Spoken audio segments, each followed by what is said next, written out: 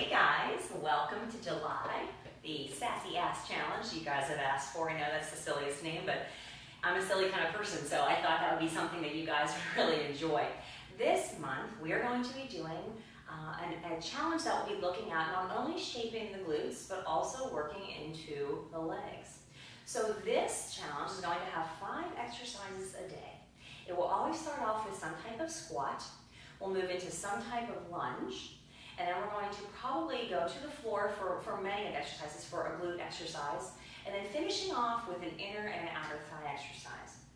It's set up pretty much the same way. You're going to have a calendar that I haven't even printed yet. It's so fresh, but you're getting it right now. We're going to do 3 days on, day of rest, 3 days off, another day of rest. There's always going to be a bonus move, and the bonus move is on your calendar as well. So let's talk about week 1. What I want to happen is that for the first 3 days of this circuit, I want you to do 1 set of 15 reps. Days 4, 5, and 6, I want you to do 1 set of 20.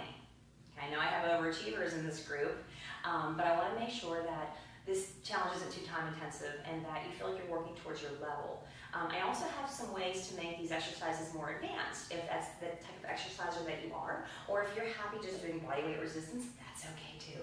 So let's talk about your first exercise. Starting off with our squat, we're going to go into a squat with a toe raise. So I'm going to show it to you first so you can watch with just my body weight resistance what I would like you to try to shoot for. Now the nice thing about me having mirrors in my gym is that I can see my own form when I'm working out. So if you have a way to set up a mirror or to be somewhere where you can check your form, it's really important. Because when you see the muscles working and you see your body position, you're going to know that you're doing the exercise effectively, right? So squat with a toe raise.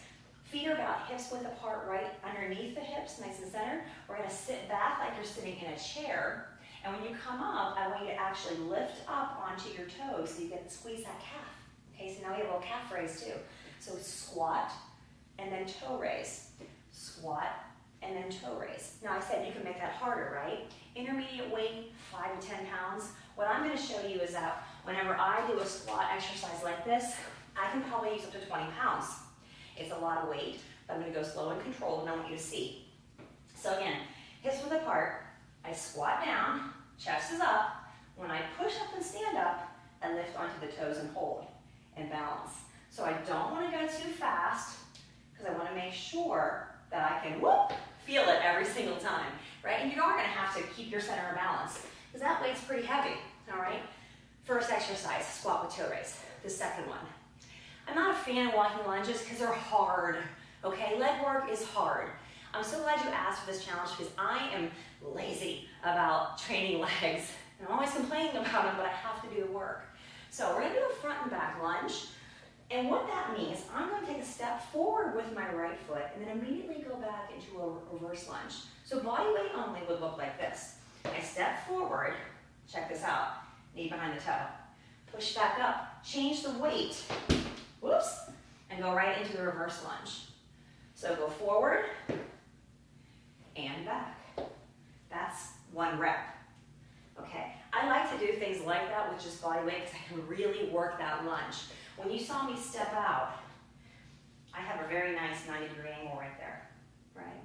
But I can also add weights to that. I wouldn't use 20 pounds because I don't like to train my legs that heavy when I'm doing lunges. I feel my form starts to suffer. This is only 5 pounds. You might want to go something 10 if you have weights like that. Again, forward and back. And forward. My gym's a little short on this direction, this angle, so I can't take as big a step as I want to. And back. But you get the idea, all right? Front and back lunge. All right, next one. Now we're going to hit the floor. I'm going to have some standing and some floor exercises. Let's hit the floor. We're going to go into a leg lift bridge. Now, if you've taken my bar class before, you know a little bit about these exercises, all right? So coming down onto the floor, you can watch me in the mirror as well. This is why I like mirrors. My heels are underneath my knees.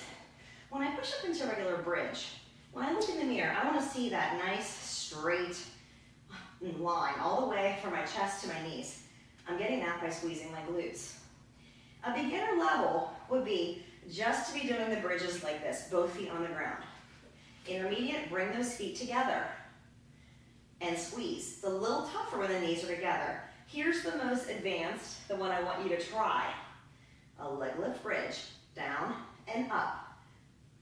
Just like this. Now we would do 15 on one side and switch to the other side, right? When we're done, switch sides and keep going. But I want you to really focus in on that glute that's squeezing. All right, that's our glute work. Let's do some more, all right, for the outer thigh. So I love this one.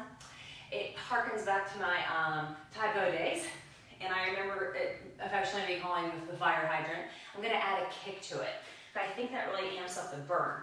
So if we're sitting in a tabletop position, you're gonna fire hydrant out to the side. So I'm putting the weight onto my knee, and I'm lifting that knee 90 degrees.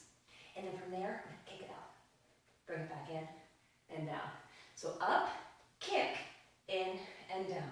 Up, kick, in and down. Your challenge will be to see if you can get that leg nice and horizontal. All right, the beginner level is certainly just the fire hydrant right to there. All right.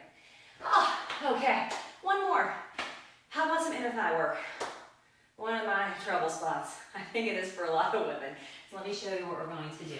This is a simple V-cross, but I'm gonna put a little twist onto it because this is the way I like to do them.